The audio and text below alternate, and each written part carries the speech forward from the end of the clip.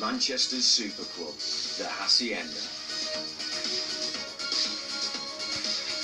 While the people on the floor are dancing, the men on the door, the Noonan brothers, are making money from running the club's drug trade. They had pretty much control of the drug scene in Manchester.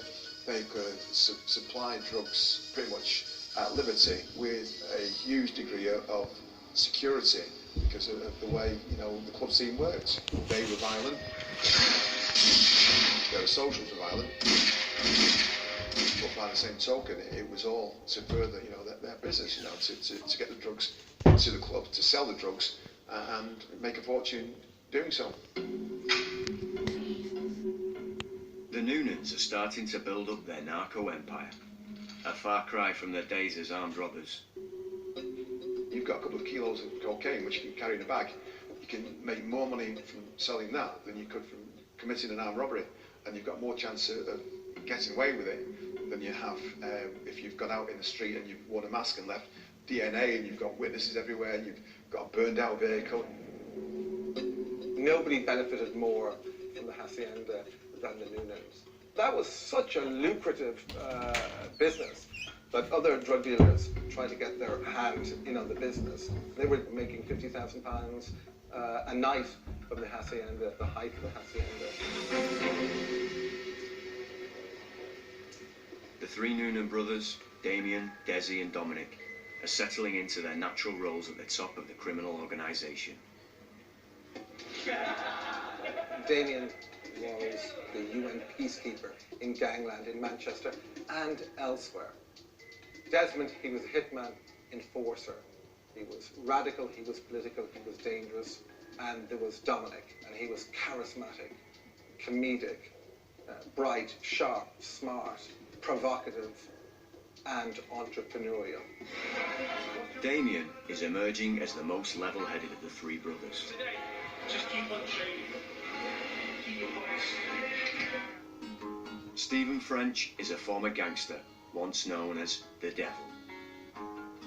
Damien is what you call an old-style villain, a peacekeeper, keeping order and a regularness, you're right, to underworld activities. Something that's missing in today's generation of people that are involved in that lifestyle. It was more like a social policing, also giving back to the community, and that's what it was very well respected for. Come on, said no, Cappuccino, come on! Oh, man, let them down. Oh, no, I'm going to train them hard, professionals. Professionals. Keep training it up. Let's see you do a bit well, son. Paddy Doherty, a former bare-knuckle fighter, is hanging out with Damien Noonan. I met Damien years ago. A gentleman, good-looking man, fine man, big man. A gentleman, but ruthless. When I say ruthless, he had the good side and he had the bad side, which we've all got that. To my eyes, we used to talk about gangsters. The best of the best. You can't get any better. He's a very peaceable, charismatic man. But they all knew if you didn't abide by the rules after negotiations, then blood would be spilt and someone would pay. Damien has a terrifying reputation. Damien's big brother Desi can be even more menacing.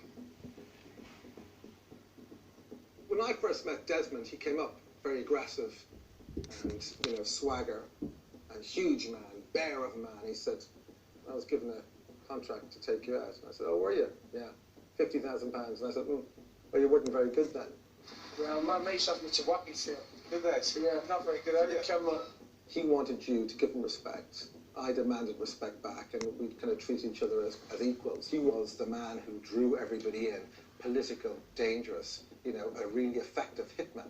We know lots of hitmen, but most of them are in jail after 1 or 2 hits. I'm down to 25 murders, well, a load of bollocks, innit? 24, wasn't it? No, I didn't do 24. And what you call it? How many was the legs you did? Oh, for loads. It's police to bet in 23. Did I be behind them? I'm behind most of the murders in Manchester. And are you? No. The first thing you felt when you met Desi was quite scared, really. You felt that if he, I don't know, if a cloud came over the sun, that his mood would change and he'd just be a completely different person than one that you wanted to run from. He was very good at being the ultimate bouncer, in that he had that way of detaching his emotions from his physicality, so he could look at you with these cold, dead eyes and say, "You're not coming in my club," and you'd know that you weren't going to argue about that. By the late 1980s, the Hacienda is the most popular night spot in Manchester. But the club is also having problems with gangs and fights. And I see a lot of clubs not even have bouncers on the door, right? And I'm thinking, wow, we've got 25 at the Hacienda doing 15 Alsatians.